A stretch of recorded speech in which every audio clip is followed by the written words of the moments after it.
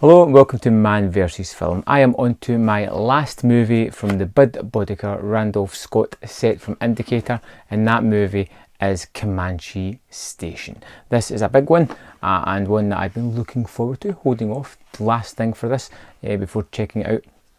And got to say, I've loved this box set. It's opened my eyes to certain westerns that I'd written off because they look kind of colourful, because the environments were kind of clean and well kept whenever they were in the Old West. It didn't feel realistic, but the storylines themselves have just been so rewarding, like it is in this one, where we have Randolph Scott, who is playing this man who has been doing a lot of dealings with Indians, and he buys back this white woman that they have stole, and there is a bounty on her head to get her back safely of $5,000. And he just rescues her, and on his way back at a way station he kind of meets three other people. This seems to be a running theme, and from there you kind of guess where the story is going to go, but they've all been different. And again, it's different this time. We meet three people, one who has a particular past with Randolph Scott's character. He's the kind of leader of these three, and two sort of younger guys as well, and they were looking for the woman as well, but obviously Randolph Scott's got there first, and his reputation kind of means he's not the guy to be messed with. So basically it's just these five people travelling from one destination to another with the threat of the Indians coming to tackle them and probably just kill them all and take whatever they want. And you have these three guys who are looking to just kill these two people and get the ransom money, because, you know, for some reason the husband of the woman that's been kidnapped has put a $5,000 bounty on her head, returned dead or alive, just so he can have peace of mind, which bears a lot of thought in that one, to be fair. And what I liked most about this was the three bad guys.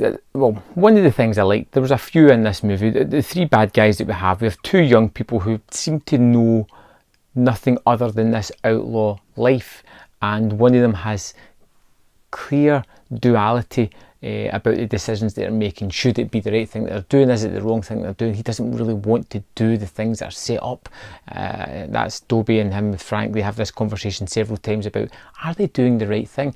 And it's nice to see sort of like the antagonists having these conversations. They're not just downright bad guys for the sake of it. They're actually having conversations about whether they are planning to do, or what they are planning to do, whether it is the right thing or whether it is the complete wrong thing for them to do. There is no just innate evilness in them. They do have some sort of morality, enough to have these conversations, and it's nice to see that in a kind of truncated movie. Again, it's only about 117 minutes, but it's fine. It tells you the exact story that needs to be told. Again, we have Randolph Scott's character and Cody, the sort of man that he's up against, and they've got a history because this man, we get through various conversations, was a bit bloodthirsty, and Scott's character really just doesn't like him and feels that he's just one of these people that you just never quite trust. You wouldn't turn your back on them, put it that way, but they need the numbers to get safely from one destination to another. There's some varied action set pieces in this, and what I love about them most, the action set pieces, is the wide vistas. They don't go into close-ups like that. They keep the cameras well back. They have the lovely backgrounds, all the stunning vistas, well in focus. The action that's happening is pretty jaw-dropping as well, which is fun, exciting, and you know, the kind of thing that you're looking for in these movies. And you have this kind of romance that's blossoming between the woman and Scott's character, and it's kind of punctuated by these stories that Cody's telling Scott, you know, about the situations that have happened before, and that kind of kicks off a romance, and you feel as if it's going to go one way because you've heard these stories, but even at the end there's a kind of twist to that almost. I hate to say the word twist because it's not really, it's just a story development point. And that point opens Scott's eyes to the whole situation. It wasn't all the information that he knew, and it kind of clears things up for him within his own mind. Comanche Station was enjoyable and fun, and another breezy, easy watch. It gave me fully fledged characters that had motivations, that had conversations about their actions, who we knew and understood the people they were and why they were doing what they were doing. And it just goes to show how you can tell a contained story with pretty much no fat on it, with creating fully fledged characters. And it just works, and it's entertaining, and you don't need to have a 2.5, 3 hour length movie to tell every story. Sometimes a story can be short and concise, and it can be better for that, as I have learned from this box set. Another great movie. The set itself, which I've got here,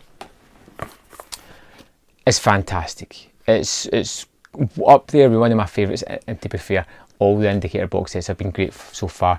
And as I said, there's 5 movies on here: The Tall Tea, Decision at Sundown, Buchanan Rides Alone, Ride Lonesome, Comanche Station. And I said at one of my videos that I would rank them all at the end of my least favourite to my favourite. And I've got to say straight away, I loved all these movies. If I was using my 5-star rating system on this, the worst one would get 3.5 out of 5, just to give you a barrier of how good these movies were. And it's something I'm going to go back to. Lazy Sunday afternoons, I just want to burn through a few movies. I'm going to throw on a couple of these discs and just have a great time. So, let's move on to how I'm going to rate these. And I've actually gave it no thought whatsoever, but I'll dive into my number 5 is The Tall Tea. This was the one I heard most about and probably was the biggest letdown, because it probably had a bigger reputation. But again, it was still a fun movie. Number 4 is probably Comanche Station. Again, I've just talked about that movie. It's a great movie. It's fun, but you know, for me, there was 3 better in this set. Number 3, I think I would put Ride Lonesome. I really enjoyed that one as well. Number 2, Buchanan Rides Again, which, when you put it against the rest of these movies, kind of subjectively took the Scott character and changed him about, ultimately by making him somebody that was just caught up in this, but somebody that was effervescent, evergreen, just always happy and cheery and but capable.